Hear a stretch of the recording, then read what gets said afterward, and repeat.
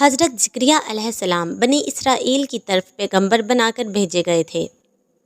حضرت یحییٰ علیہ السلام حضرت زکریا علیہ السلام کے بیٹے تھے اور اللہ تعالیٰ نے یحییٰ علیہ السلام کو بھی نبوت عطا فرمائی تھی۔ دمشق میں اس وقت بخت نصر بادشاہ کی حکومت تھی۔ بخت نصر بادشاہ ابتدا میں نہایت نیک بخت اور صالحہ ہوا کرتا تھا۔ وہ حضرت زکریا علیہ السلام اور حضرت یحییٰ علیہ السلام کی بہت اطاعت کرتا تھا۔ اتفاقاً اس نے ایک ایسی عورت سے نکاح کیا جس کے ہمراہ ایک بہت حسین لڑکی تھی جو کہ اس کے پہلے شوہر سے تھی۔ جب وہ لڑکی جوان ہو گئی تو بادشاہ اس کے حسن کو دیکھ کر دیوانہ ہو گیا۔ بادشاہ نے اس لڑکی کی ماں کو پیغام میں نکاح دیا تو وہ ماں بہت ہی خوش ہو گئی، مگر اس کے دل میں اندیشہ تھا کہ یہ نکاح بادشاہ کے پیغمبروں کے شریعت کے خلاف ہے اور بادشاہ اپنے پیغمبروں کا مطیع فرمان ہے، تو کیوں وہ پیغمبر اس کام کی اجازت دیں گے؟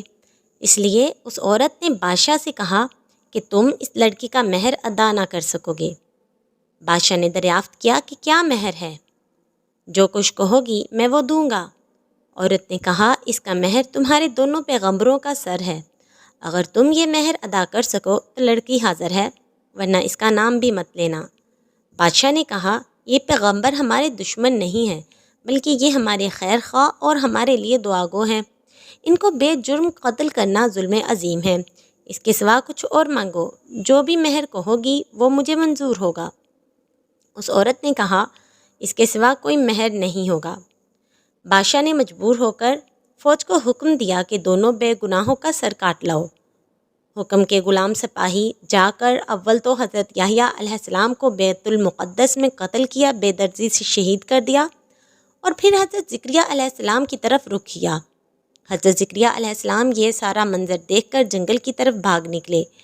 فوج حضرت زکریا علیہ السلام کے پیچھے تھی اور فوج کا ساتھ شیطان دے رہا تھا جو کہ انسانی روپ میں فوج کی رہنمائی کر رہا تھا۔ جب سپاہیوں نے حضرت زکریا علیہ السلام کو گھیر لیا تو زکریا علیہ السلام نے ایک درخت سے التجا کی کہ مجھ کو اس وقت پناہ دے۔ وہ درخت پھٹ گیا اور حضرت زکریا علیہ السلام اس کے اندر سما گئے، پھر وہ درخت بند ہو گیا لیکن کچھ کپڑا باہر رہ گیا۔ فوج حیران ہوئی کہ آخر زکریا علیہ السلام کہاں غائب ہو گئے۔ شیطان نے نشان دیا کہ اس درخت کے اندر ہی ہیں اور یہ کپڑا ان کے موجود ہونے کی علامت ہے۔ پھر شیطان نے ہی ان کو مشورہ دیا کہ آرا کا استعمال کیا جائے۔ درخت چیرا گیا۔ جب نوبت آرا کی سر تک پہنچی تو حضرت زکریا علیہ السلام نے سسکی بھری۔ حکم الہی نازل ہوا، اگر اف کرو گے تو پیغمبری سے خارج کر دیے جاؤ گے۔ تم نے غیر اللہ سے پناہ مانگی، اگر ہم سے التجا کرتے تو کیا ہم پناہ نہیں دے سکتے تھے؟ جب نوبت آرا کی سر تک پہنچی تو حضرت زکریا علیہ السلام نے سسکی بھری۔ حکم الہی نازل ہوا، اگر اف کرو گے تو پیغمبری سے خارج کر دیے جاؤ گے۔